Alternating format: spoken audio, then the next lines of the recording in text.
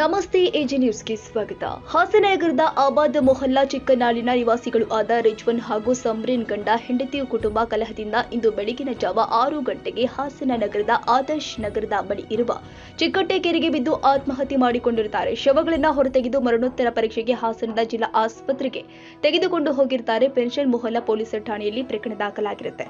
ಮರಣ ಹೊಂದಿರುವ ಯಾಸಿನ್ ಅವರ ಬಾವ ಶಕೀಲ್ ಅವರು ಮಾಹಿತಿ ನೀಡಿದ್ದಾರೆ.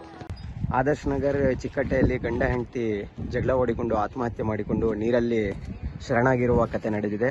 ಇದರ ಮುಖ್ಯವಾಗಿ ರಿಜ್ವಾನ್ ಅನ್ನುವರವರು ಇವರಿಗೆ ಬಾಮೈದ ಆಗಬೇಕು. ಇವರು ಇದರ ಬಗ್ಗೆ ಮಾಹಿತಿಯನ್ನು ನೀಡ್ತಿದ್ದಾರೆ. ದಯವಿಟ್ಟು ಇದರ ಬಗ್ಗೆ ಮಾಹಿತಿ ನೀಡಿ. ಏನಾಗಬೇಕು ಇವ್ರು ನಿಮಗೆ?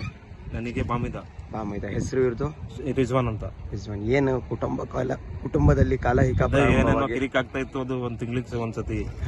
ಅದು ಏನಂತ ನಮಗೂ ಗೊತ್ತಿಲ್ಲ. ಎಷ್ಟು ಗಂಟೆಗೆ ಆಗಿರೋದು ಇದು? ಇದು 6:30ಗೆ. ಇವತ್ತು ಬೆಳಿಗ್ಗೆ ಇಬ್ರು ಮರಣ ಹೊಂದಿದ್ದಾರೆ.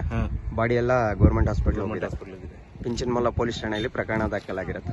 ಓಕೆ, ಥ್ಯಾಂಕ್ ಯು, ಧನ್ಯವಾದಗಳು. Mohammed Junaid, Hassan, AJ news. ತಾಜಾ ಸುದ್ದಿಗಾಗಿ ಎಜೆ ನ್ಯೂಸ್ 24x7 ಗೆ ಸಬ್ಸ್ಕ್ರೈಬ್ ಮಾಡಿ ಮತ್ತು ಬೆಲ್ ಐಕಾನ್ ಒತ್ತಿ ತಪ್ಪದೇ ಲಿಂಕ್ ಶೇರ್ ಮಾಡಿ.